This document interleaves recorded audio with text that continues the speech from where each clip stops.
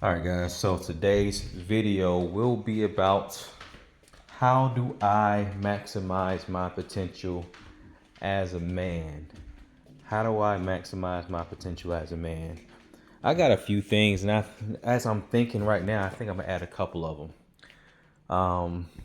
These are in no particular order. The one that just came to my mind was be sophisticated. So you as a man need to be sophisticated in the sense that you're not thuggish, you're not brash, you're not overly hard. You just don't wear sneakers and joggers and you know, you not just listen to rap music, and I would even prefer for you not to listen to rap music at all. Um, Kind of soften your music style up so that you can exude a gentleman. Um, so yeah, that's number one. Be sophisticated. Let me write that one down before I forget it. It's actually going to kind of tie into one of my other ones. So let me not deviate too much from this list again. Okay.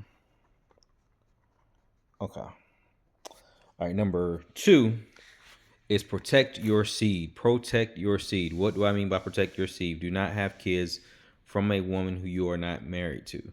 Do not have children from a woman that you are not married to. I don't care what she has proven to you thus far. I don't care how great the chemistry is. I don't care how long you've been together. I don't care if she says that she's on birth control. I don't care anything about anything that you may believe or that she may say to you. Protect your seed. What are the consequences of not protecting your seed? Your value diminishes. Now, you get more grace as a man than a woman gets if she has a child out of wedlock. But, you know, now this doesn't hit you as hard when you get to a certain age as a man. So you get about 40, you get a little bit more grace. But if you're a younger man, um, and you know you're interested in younger women, also if you're an older man and you're interested in younger women, this can hurt your chances. So the best advice that I can give any and all men is to protect your seed. Do not have a baby out of wedlock. Do not have children out of wedlock. Number three is going to be particular slash critical of all things, including yourself. And this kind of goes, kind of sort of tread the line of being sophisticated. Being critical of all things, being particular. So you need to make sure that you carry yourself a certain way and you keep your house a certain way, you smell a certain way, you speak a certain way. When you go to a woman, you make sure she keeps her house a certain way. You make sure when she speaks to you, it's in a certain way. You make sure when she speaks to other people, it's in a certain way. You make sure that she doesn't joke about certain things that are insensitive or just immature. You make sure she does have a, um, a fair maturity level for her age. You know, all these things need to be considered.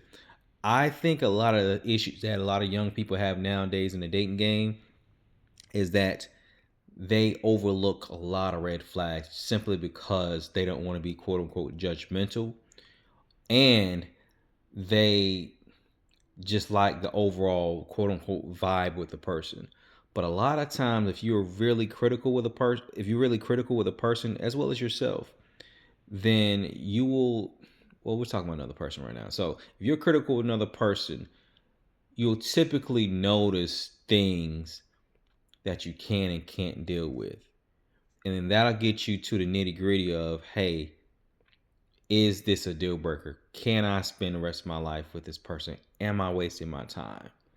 So That goes for that. Next one is eliminate bad habits. It's bad when I can't read my own handwriting. Eliminate bad habits. Eliminate smoking. Drink very little, if at all. Eliminate cursing a lot. Matter of fact, don't even pick up these habits. Don't pick up these habits at all. Don't pick them up.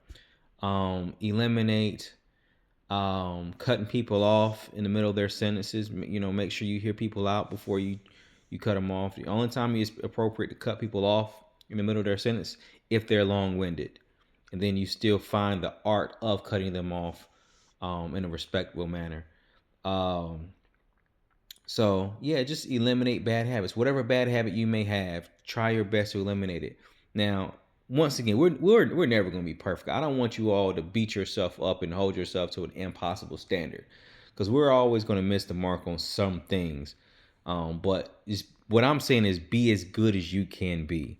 That way, that if you guys do all that I'm saying doing here, then the only type of woman that you're going to be attracted to is a top tier woman. And that's just facts. She's going to come to the table, willing to be who you expect her to be, because she realizes that you are just different. You're different. You're not like anybody she's ever experienced before. So the next one is be honest. Be honest. Be honest. Tell the truth to yourself. Don't live in delusion. Don't live in a fairy tale. Be as honest as you can with yourself and everyone else. Just be honest. Number 6, and this is my final point. I can't think of anything else I want to add to this, but number 6 is going to be read your Bible. The Bible is a great source of information about how we should be as people, how men should be, how women should be, how children should be, how to love God, the things that God will and will not tolerate, just give you a closer relationship to God. And it's just a fantastic book for you to remain humble. Because what happens a lot of times in 2025 is that a lot of times we become our own gods. We hear a lot of times people say, this is my truth. This is my world. Everything is me, me, me, me, me, me, me, me, me. And there is no source of anything that keeps them in check. There's nothing that is able to correct them. There's nothing that they can go to and says this is right or wrong. And the Bible is a perfect source.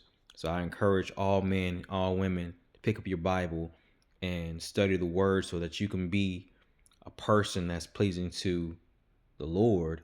And naturally, you're going to be an even better person than you were before you picked the book up. So those 6 things, I believe if you keep those things as a priority and you try your best to work towards them, you have no choice but to get a top tier woman. Now, if you're a person who have messed up, we'll say that you have a kid or two. It's not the end of the world, but you just realize that your value is not that of a man who doesn't have kids. If you have all the other things down pat, and you say you have a kid or two, your value is just not as much. So we'll say the score, but the best score is 100. We'll say you have 2 kids, but everything else is in check. Then you're down to probably about, on a scale of 1 to 100, you're down to probably about a 90, which is still good. So it's not saying that the world is over. It just means that you are not 100, as if the man who doesn't have children. So yeah, that's that. And once again, this is not up for discussion. These are things that I've studied. These are things that I've practiced. These are things that I've experienced. These are things that, over my several years on this earth and as an adult, things that I just know to be true. And a lot of these things, I'm not telling you these things because I got all these things right. A lot of these things I messed up on. A lot of these things that I'm telling you not to make the same mistakes that I've made, so that you can have better outcomes than I've had. And it won't take you, 20 years into your adult years to start experiencing certain things because you were more disciplined than me or and a lot of other men in your decision making, and you were more intentional in your decision making, and you cared about your future more than a lot of other people before you. So take this with love, apply it, and hopefully you'll have the outcomes that you're looking for. I'm gonna holla at you on the next one.